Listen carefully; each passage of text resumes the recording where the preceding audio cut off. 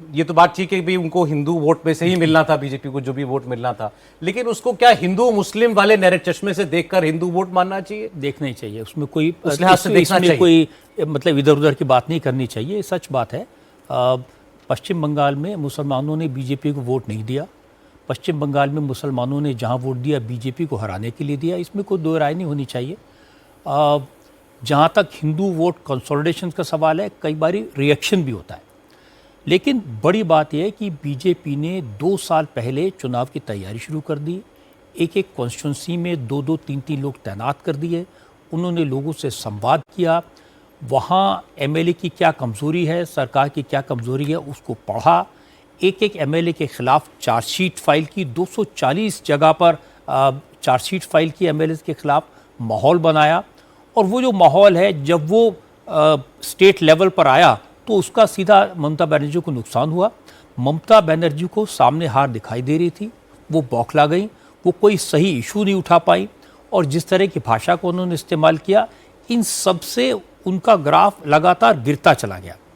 और सबसे बड़ी बात, सिंबॉलिक संदेश खाली में किसको इलेक्शन लड़ाया, आरजी कार की विक्टिम की माँ को चुनाव लड़ाया, एक मैसेज दिया महिलाओं के लिए, एक मैसेज दिया अब हिंदुओं के लिए, एक मैसेज दिया बंगालियों के लिए। और ममता बनर्जी जब जब कोई छोटी बात की, ये मछली खाना रोक देंगे, ये एसआईआर करा के वोट काट देंगे, ये गुजराती है ये आके रूल करेंगे, उन सबको बड़े सलीके से काउंटर किया।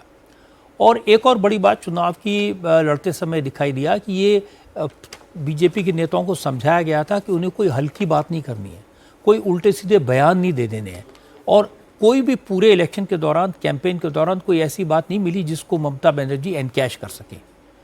और फिर चौथी बात, जो तृणमूल कांग्रेस थी उसमें आपसी क्लैश लीडरशिप का, अभिषेक बनर्जी की टीएमसी अलग, ममता बनर्जी की टीएमसी अलग, उन दोनों का क्लैश, उसको भी पूरी तरह से बीजेपी के लोगों ने एक्सप्लॉइट किया। तो कुल मिलाकर इलेक्शन लड़ना, इलेक्शन रणनीति बनाना और इलेक्शन ईमानदारी से लड़ना, सही इशूज पर लड़ना, साफ साफ कहना कि हमें हिंदू कंसोलिडेशन चाहिए, साफ साफ कहना हमें हिंदुओं का वोट चाहिए, साफ साफ कहना कि यहाँ तुष्टीकरण होता है उससे लड़ने की ज़रूरत है, साफ साफ कहना कि यहाँ पर लॉ एंड ऑर्डर बुरी हालत है उससे लड़ने की ज़रूरत है, महिलाओं का उत्पीड़न हो रहा है उससे लड़ने की ज़रूरत है। तो बड़ी क्लैरिटी थी अपने नैरेटिव में, जबकि ये पहला इलेक्शन था जब ममता बनर्जी के नैरेटिव में क्लैरिटी नहीं थी किस लिए लड़ रही हैं। वो बार बार मंदिर बनाने की बात, यहाँ मंदिर बनाया वहाँ मंदिर बनाया, लोग समझते हैं ये सब नाटक है, इन सब का नुकसान उनको हुआ। स्पेशली महिला होते होने के नाते पश्चिम बंगाल में महिलाओं के क्या हालत थी, कैसे केसेस हुए, उससे फ़र्क नहीं पड़ता कि क्या केस हुआ, उस केस के ऊपर सरकार ने रिएक्ट कैसे किया, पुलिस ने कैसे रिएक्ट किया, ममता बनर्जी ने कैसे रिएक्ट किया, क्या महिला पर अत्याचार करने वालों को बचाने की कोशिश की।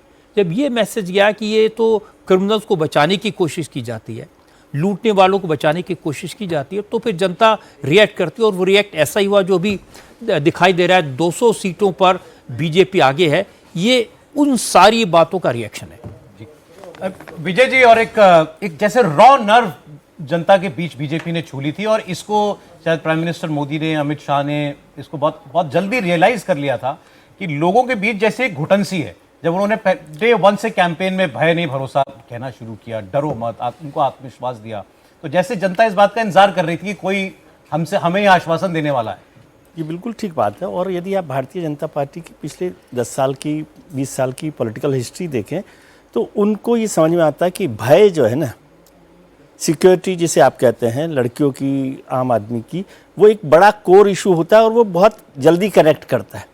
आप 2017 का चुनाव देखिए उत्तर प्रदेश का, अखिलेश यादव के खिलाफ जो सबसे बड़ा कैंपेन था वो गुंडागर्दी को लेकर था कि लड़कियां सुरक्षित नहीं है, रात को नहीं निकल सकते, भय होता है, और उसने उस पूरे चुनाव को बदल दिया। मतलब एक मेजर फैक्टर, और भी बहुत सारे कारण रहते हैं, हर चुनाव के अलग अलग कारण होते हैं, वो रहा।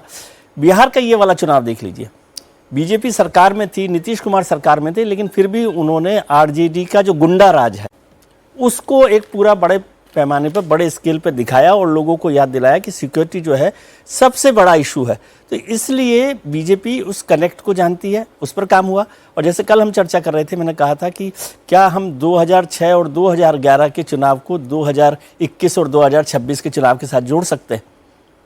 यादव आपको ये बात कही थी कि ये इसलिए कह रहा हूँ कि ये फ्लूक चुनाव नहीं है कि 2006 में जैसे ममता बनर्जी ने चुनाव लड़ा लेकिन तृणमूल कांग्रेस जीत गई, लेफ्ट पार्टी वहाँ पर जीत गई है और 235 सीट आ गई, तो सबको लगा कि नहीं कोई हरा नहीं सकता। लेकिन 211 में वो जो नींव का काम किया था 28% वोट का तृणमूल कांग्रेस ने, वो 2011 में दिखाई देता है और वहाँ सरकार बनता है। ऐसा ही 2021 में हुआ।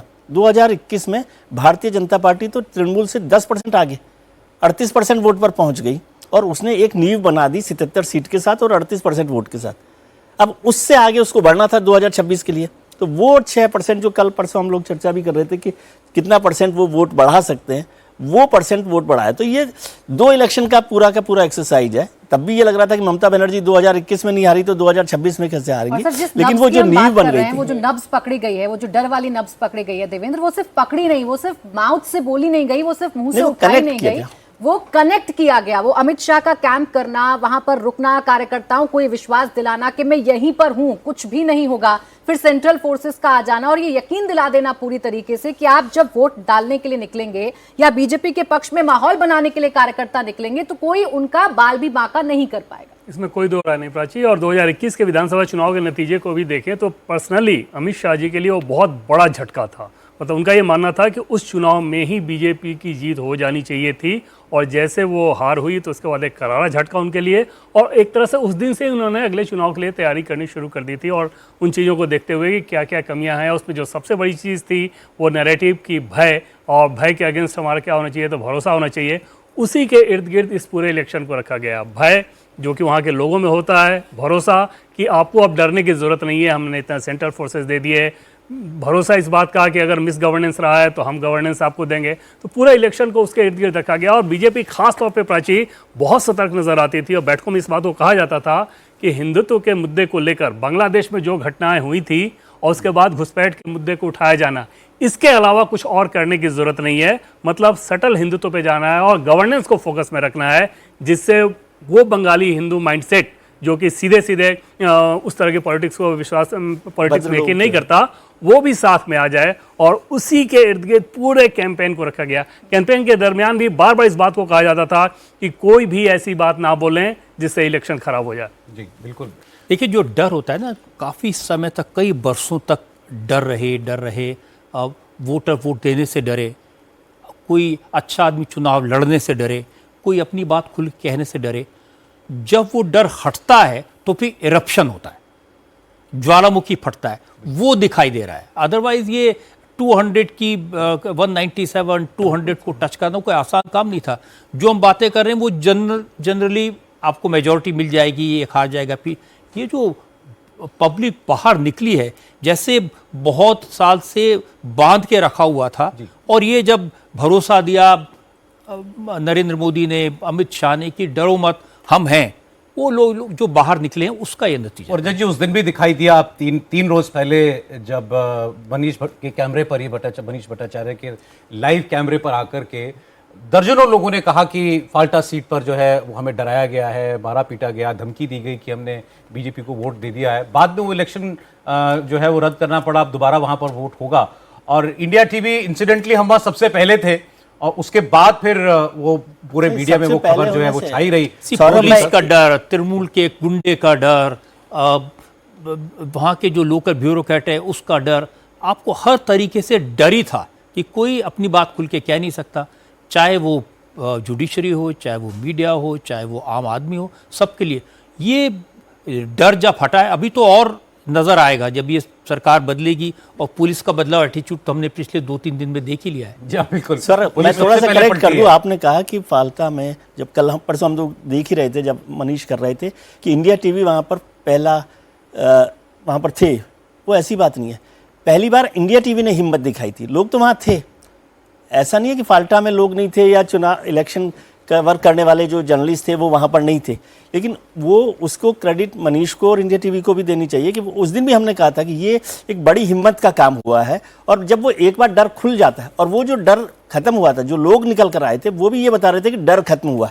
बिल्कुल, वो उसका रेस्पॉन्स था। बहुत वोकल थे, वो गुस्से में थे, जैसे उनका आक्रोश निकल रहा था। वो था। और ये करेक्ट करना चाहिए कि ये कहना कि नहीं इंडिया टीवी पहले पहुंचा था, ऐसा नहीं है। इंडिया टीवी ने ये पहले पहुंचकर ये हिम्मत दिखाई थी कि उस डर को आप जाहिर करें। सर